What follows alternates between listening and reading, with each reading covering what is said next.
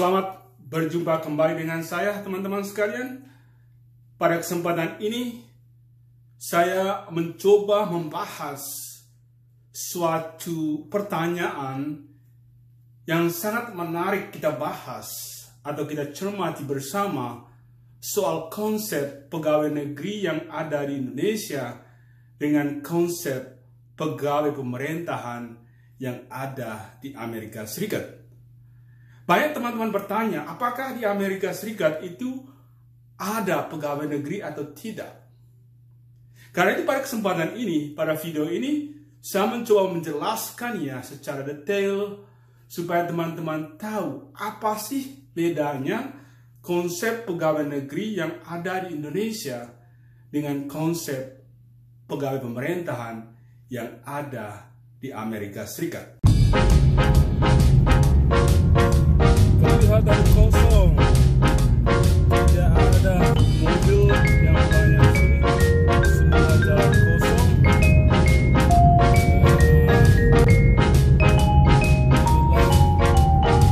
Situasi malam di sini, semua orang ada di rumah, sehingga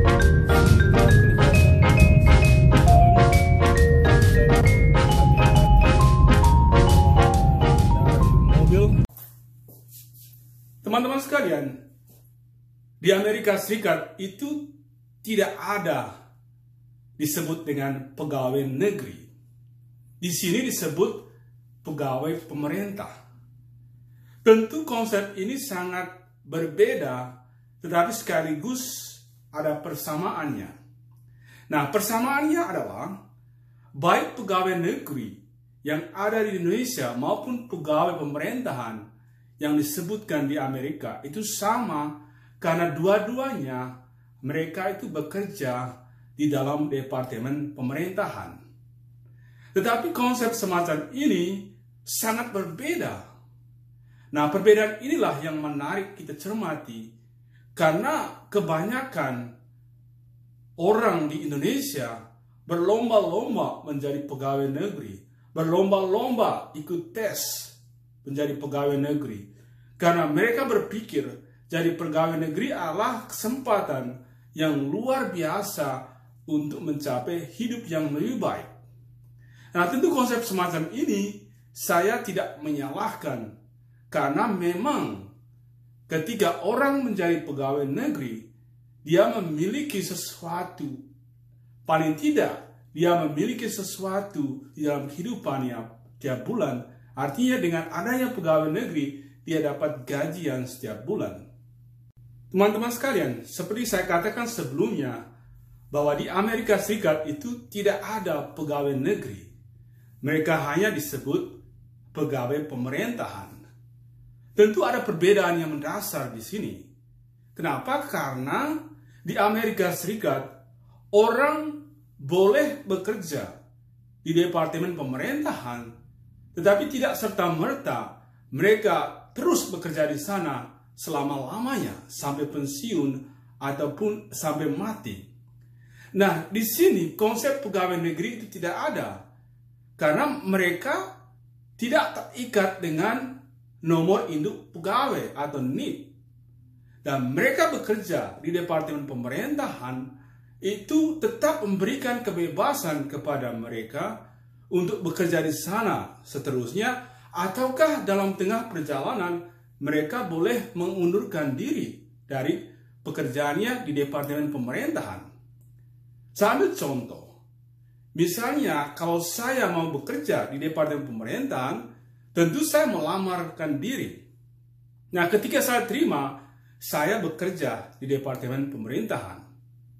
Nah, mungkin dalam 1 minggu, 1 bulan, atau 1 tahun saya betah kerja di sana. Tetapi mungkin tahun kedua, saya tidak betah, saya bosan untuk kerja di sana. Maka saya secara pribadi punya hak untuk keluar dari sana. Meskipun saya sebelumnya bekerja sebagai pegawai pemerintahan. Artinya bahwa setiap orang tetap memiliki kebebasan untuk bekerja terus di departemen pemerintahan, ataukah orang itu mengundurkan diri. Tidak ada pemerintah yang memaksakan orang-orangnya, warga-warga negaranya untuk tetap bekerja di departemen pemerintahan. Orang tetap memberikan kebebasan bekerja terus atau undurkan diri dari pekerjaannya di departemen pemerintahan. Tentu konsep pegawai pemerintahan di Amerika Serikat sangat berbeda sekali dengan konsep pegawai negeri yang ada di Indonesia. Mengapa saya katakan sangat berbeda? Karena konsep pegawai negeri di Indonesia adalah ketika orang menjadi pegawai negeri, dia mendapat NIP, dan orang tersebut setelah itu dia bekerja di departemen pemerintahan, entah di sekolah jadi guru atau di kantor apa saja yang sudah menjadi pegawai negeri, dan orang tersebut akan bekerja di sana selama-lamanya sampai pensiun, bahkan sampai mati. Nah, konsep semacam ini tidak ada di Amerika. Mengapa mereka tidak buat semacam ini? Karena kelihatannya itu orang tidak diberikan kebebasan untuk memilih kehidupannya.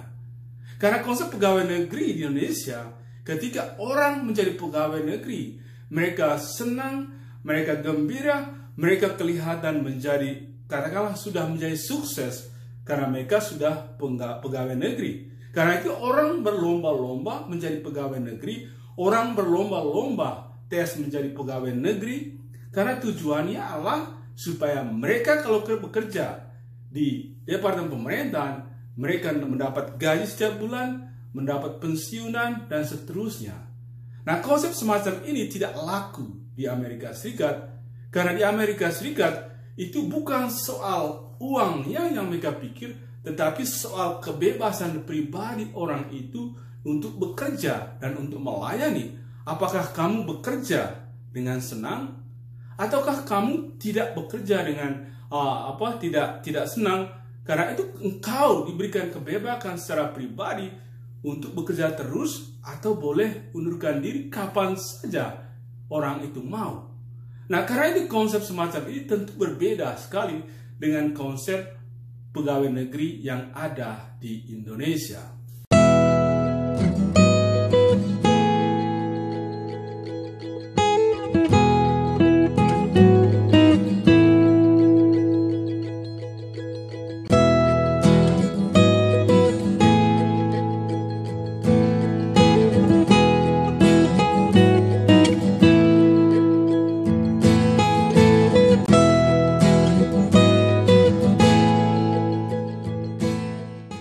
Sebagai kata terakhir pada video ini, saya mengatakan bahwa sekali lagi bahwa di Amerika Serikat itu tidak ada pegawai negeri.